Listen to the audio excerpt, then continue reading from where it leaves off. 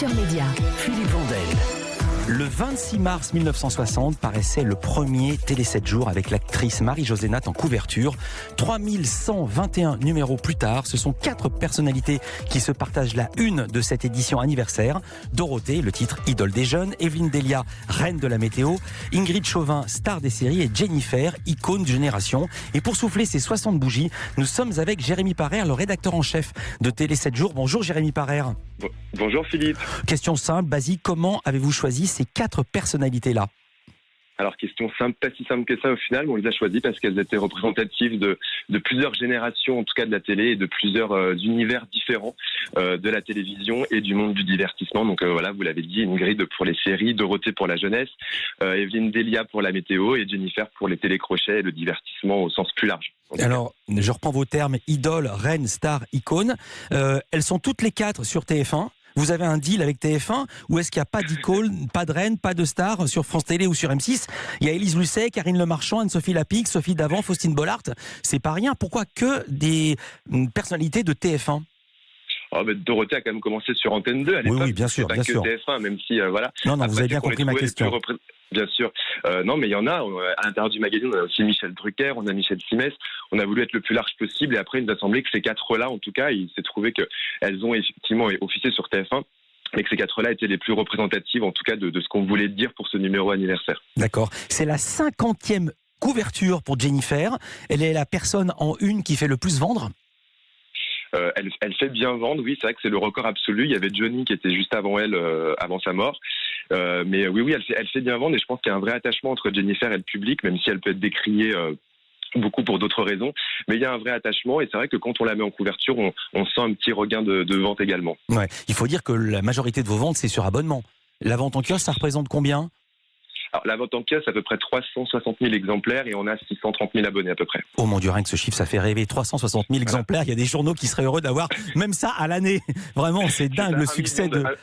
C'est 1 million d'exemplaires chaque semaine au final, Télé 7 jours, donc on est très heureux d'être en très bonne forme encore. Voilà, et nous aussi on est très heureux de vous savoir en très bonne forme. Pourquoi 4 femmes en couverture ? Pourquoi pas 2 hommes, 2 femmes ? Vous auriez pu choisir Michel Drucker ou Jean-Pierre Pernaut, qui sont aussi dans votre numéro. Est-ce que parce qu'une femme en couverture, c'est plus vendeur par rapport avec l'électorat qui est certainement féminin, j'imagine ? Le lectorat est principalement féminin, c'est vrai, et c'est une volonté du magazine depuis quelques années en fait d'avoir évolué vers un concept un petit peu plus féminin, d'avoir des couves plus épurées. Et c'est vrai que les femmes en couve sont généralement mieux perçues par les lecteurs. Mais c'est surtout, ça tient à l'ADN du titre. Il y a des hommes en couve assez régulièrement, mais surtout pour ces 60 ans, on voulait vraiment mettre 4 femmes en avant parce que elles sont parfois sous-représentées dans les médias et c'était l'occasion aussi de le faire avec ce numéro. Là-dessus, on est bien d'accord avec vous. Quand il était le patron de Télé 7 jours, je me souviens que Thierry Moreau m'avait dit, il était le patron de Télé 7 jours de 2006 à 2017, donc pendant 11 ans.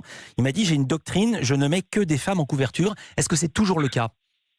Ben non, parce qu'on ne met pas que des femmes en couverture. On a mis Philippe Etchebest, on met Michel Simès, on met plein d'hommes en couverture. M. Pokora quand il est en fiction, quand il sort un album. Donc non, il n'y a pas une doctrine de mettre que des femmes. Il y a beaucoup de femmes parce que, comme je l'ai dit, c'est bien perçu et qu'en plus, je pense qu'on a un rôle à jouer dans la représentation des femmes dans les médias. Mais non, ce n'est pas que des femmes. Il y a des hommes qui font vendre quand même un peu ? Oui, bien sûr. M. Pokora notamment, Michel Simès. Qui d'autre ? Il y avait... Philippe Etchebest avait très bien vendu également en couverture. Donc non, il n'y a pas, il n'y a pas que les femmes qui font vendre. C'est vrai qu'on fait moins d'hommes en couverture, mais c'est assez, ça se vaut. On va dire que les ventes peuvent être très bonnes pour des hommes, comme elles peuvent être moins bonnes aussi sur certaines personnalités féminines. Dernière question sur les couvertures. Est-ce qu'un programme avec une forte audience fait mécaniquement une forte vente ? Alors non, et ça on s'en est aperçu plusieurs fois, c'est-à-dire que des programmes qui peuvent faire des millions de téléspectateurs peuvent être une vente classique, voire parfois décevante. Par exemple, et à l'inverse, des programmes qui n'ont pas du tout marché par la suite, par exemple The Voice, si vous voulez, The Voice, si vous mettez pas un coach emblématique, c'est pas forcément une très bonne vente, ou quand je sais pas, par exemple Koh-Lanta à l'époque, quand on a fait des candidats de Koh-Lanta en couverture, c'était pas forcément des très bonnes ventes, alors que le programme est un des plus regardés en France. Oui, mais c'est normal, parce que les candidats, ils sont connus que d'une saison. Il faut comparer avec Denis Brognard, qui est là depuis longtemps, si on veut comparer couverture par couverture. Est-ce que, par exemple, quand vous mettez Corinne Maziero, qui incarne Capitaine Marlowe, qui écrase tout en audience sur son passage, est-ce que c'est la même chose ? Ça se ressent sur les ventes ? Oui, alors là, il y a consensus total autour de Corinne Maziero, c'est-à-dire que c'est un succès d'audience comme un succès en vente. Ça, heureusement, on s'y retrouve dans quelques fois quand même. D'accord. Alors, au sommaire de ce numéro, retour sur les 6 dernières décennies de télévision. Il y a aussi plusieurs interviews de personnalités qui ont marqué ces 60 dernières années. Evelyne Delia, Jennifer, Dorothée, Ingrid Chauvin, je l'ai dit. Michel Drucker, Jean-Pierre Pernaut, Michel Simès. Pourquoi eux? Vous avez choisi ceux qui avaient la plus longue longévité télévisuelle pour toucher toutes les générations ou pas du tout? Oui, c'est ça. Il y avait une question de longévité. Par exemple, aussi, Evelyne Delia, qui est en couverture, c'est une des seules personnalités, en fait, à avoir fait une couverture dans les 6 décennies de Télé 7 jours. Et donc, on voulait vraiment prendre des personnes représentatives. Après, plein d'autres ont été évoquées. On aurait adoré faire Claire Chazal pour l'info. Mais au final, on a choisi Jean-Pierre Pernaut, qui est encore à l'antenne. Michel Drucker, évidemment, parce qu'à lui seul, il a 60 ans de télé. Donc, il y avait une question de longévité. Il y avait aussi une question de représentativité. Jennifer, on l'a prise aussi parce que c'est la première gagnante d'un grand télécrochet, première jurée aussi d'un télécrochet qui a aussi changé l'histoire de la télévision, The Voice, même s'il y en a eu plein d'autres entre-temps. Donc c'était vraiment d'avoir quelque chose d'assez impactant et de représentatif. On aurait adoré en mettre beaucoup plus, mais malheureusement on manquait de place. Avant, il y avait une cérémonie qui était assez incroyable, je me souviens, c'était les 7 d'or. Drucker ou Dorothée n'ont pas oublié ça. Pour les plus jeunes qui nous écoutent, j'explique. Les 7 d'or, c'était une cérémonie qui récompensait les programmes télé. Ça a commencé en 85, ça s'est fini en 2003. C'était un peu les Césars de la télé. Pourquoi ça n'existe plus, vu d'autant plus que cela n'a pas été remplacé? Non, c'est vrai que ça n'a pas été remplacé. Ça n'existe plus parce qu'à l'époque, alors j'étais pas à Télé 7 jours, mais je sais qu'il y avait eu des petits soucis, justement, le fait de récompenser des animateurs d'une chaîne sur une autre chaîne. Donc c'était une forme qui avait eu du mal à se pérenniser, on va dire. Oui, mais vous étiez œcuménique. L'avantage d'avoir un journal comme Télé 7 jours, c'est que vous étiez œcuménique, vous traitiez toutes les chaînes. C'est ça. Mais après, comme elle était diffusée à la télé, cette cérémonie, il y avait aussi, à l'époque, une petite guerre des chaînes. Et puis, je pense qu'il fallait la renouveler, mais on réfléchit à faire revenir les 7 d'or. C'est quelque chose qui ne nous quitte pas depuis quelques années. C'est vrai. Là, vous allez avoir du temps pour parler aux gens parce qu'ils sont tous chez eux. Ils vont tous décrocher le téléphone. Ils sont plus au bureau. Vous allez avoir du temps. Nous, on continue notre infomédia du jour en compagnie de Jérémy Parère, le rédac-chef de Télé 7 jours qui fête les 60 ans de son magazine. On marque une pause et on se retrouve tout de suite.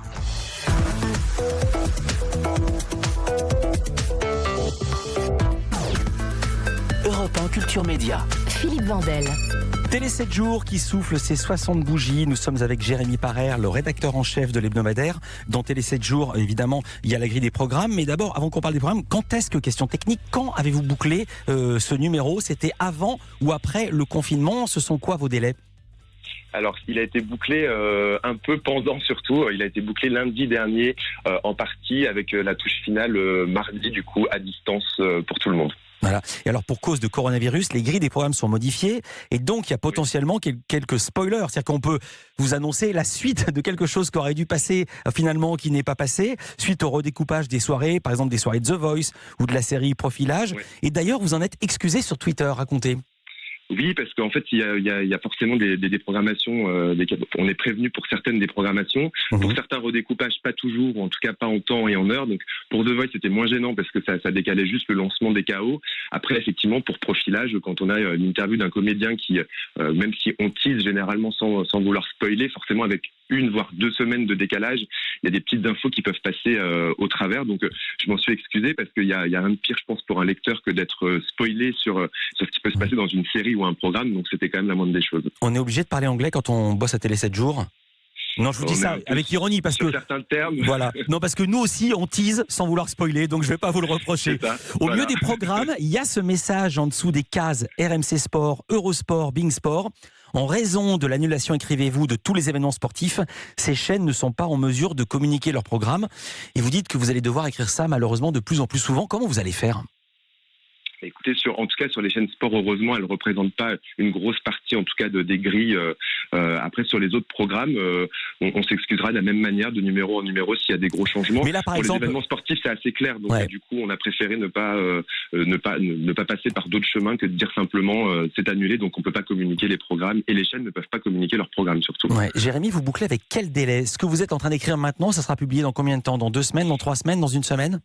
Le magazine est bouclé le mardi avec les programmes qui tombent pour boucler la dernière page qui s'appelle la semaine prochaine, donc avec les programmes de la semaine suivante. Donc c'est bouclé le mardi dans l'après-midi pour le numéro qui sort en kiosque le lundi, mais qui est chez les abonnés dès le samedi. En quoi le coronavirus a changé votre manière de travailler ? Comment ça se passe ? Vous bouclez plus tard ? Vous mettez les choses entre parenthèses avec des pincettes, avec du conditionnel ? Comment ça change ? Alors ça change, où on est encore plus réactif par rapport à ce qui se passe. On peut pas prendre non plus trop de liberté, c'est-à-dire qu'on fait attention forcément. Il y a des sujets même dans la partie art de vivre du magazine qui peuvent être un petit peu les sujets escapades, les sujets voyages. Ça on a tout enlevé parce que forcément confinement oblige. Et c'est surtout là on est en train de boucler donc le premier numéro entièrement réalisé à distance. Et d'ailleurs je tiens à remercier vraiment toutes les équipes qui ont fait un travail exceptionnel dans ces conditions particulières. Donc ce que ça change, c'est ça en fait, c'est la façon de travailler puisqu'on ne se voit plus physiquement et effectivement on est très vigilant sur les déprogrammations et sur ce qui se passe pour ne pas commettre d'impair, vu que même si le délai de bouclage est quand même assez resserré, on peut se permettre de passer à côté de certaines choses. Oui, et puis dans Télé 7 jours, il y a la grille des programmes forcément, vous l'avez dit, il y a plein d'autres rubriques, il y a des conseils plantes pour réaliser un désert de cactus. Il y a une rubrique animaux, vous posez cette question, mon chien peut-il devenir vegan? Une rubrique santé. En fait, on est obligé de se diversifier, un journal télé, pur programme, c'est fini. Bien sûr, ça a toujours été l'ADN de Télé 7 jours, c'est d'avoir plusieurs magazines en un seul. C'est-à-dire qu'il y a la première partie qui est très actu, divertissement, on va dire, même si on a une page société que là on a enlevé aussi pour des raisons de coronavirus. Mais voilà, on a la partie programme et on a une partie un petit peu plus art de vivre à la fin. C'est vraiment d'avoir plusieurs magazines en un seul. Ça a toujours été l'ADN du titre. Et nous, c'est une vraie volonté de mettre l'interview au centre du magazine, d'être le plus diversifié possible et d'avoir une partie télé qui est vraiment centrée donc au milieu du magazine avec les grilles et des papiers plus décryptés. Plus télé au milieu du magazine, mais le reste est beaucoup plus ouvert sur la musique, le cinéma, la déco, la mode. Il y a aussi cette page Télé 7 jours vous répond qui fait notre joie, une sorte de courrier des lecteurs. Par exemple, on a relevé une question d'Annick de Caen. Quelle est la marque des espadrilles colorées que porte Sophie Davant dans Affaires conclues sur France 2? Et là, vous démontez pas, vous lui répondez. L'animatrice porte des espadrilles compensées tendance de la marque Castaner, confectionnées en toile de coton, en tissu éponge ou en satin à rayures unies ou brodées, à brides ou à lacets, bout arrondi ou pointu. Il existe un grand choix disponible sur castaner.com. Là, vous vous amusez quand même. Ben bien sûr, et vous savez que le plus grand nombre de questions qu'on reçoit, c'est sur les musiques de pub et justement sur les vêtements que les animateurs ou les chanteurs peuvent porter en plateau. Donc du coup, on a choisi de faire une page courrier un peu différente des autres plutôt que les gens donnent leur avis sur les programmes ou plutôt de répondre à leurs questions, parce qu'il y en a souvent et parfois c'est même le médecin qui intervient dans le magazine qui peut répondre sur une question de santé ou voilà, on choisit de répondre aux lecteurs plutôt que de donner simplement leur avis sans mettre en contexte. Merci pour ces infos, Jérémy Parère. Je rappelle que vous êtes le rédac-chef de Télé 7 jours, numéro anniversaire des 60 ans, c'est en kiosque depuis hier, avec au choix en couverture, elles ne sont pas toutes les 4, mais il y a 4 couvertures, Dorothée, Evelyne Delia, Ingrid Chauvin ou Jennifer. Culture Média qui continue après le rappel des titres de 10h. On va retrouver Alessandra Sublet pour son documentaire Tony Parker Confidentiel. Il y aura le journal de la culture d'Hélène Manarino. Et puis on va recevoir le romancier Éric Orsena pour son livre Brisé en nous, la mer gelée. Mais je ne vous dis que ça, il est également ambassadeur de l'Institut Pasteur. Il parle beaucoup de virus dans son roman. Il l'a écrit avant la crise du coronavirus. Mais vous imaginez bien qu'on a plein de questions à ce sujet à lui poser. Dans les indispensables, Mathieu Charrier va nous proposer ses coups de cœur ciné, tous les films qu'on n'a pas pu voir quand ils étaient sortis, mais maintenant ils sortent en VOD, donc c'est vraiment le moment, on a du temps. Et on va parler de musique avec les projets solo des ex-membres du groupe The Do. C'était facile, ils étaient 2 et ça sera avec Angèle Châtelier.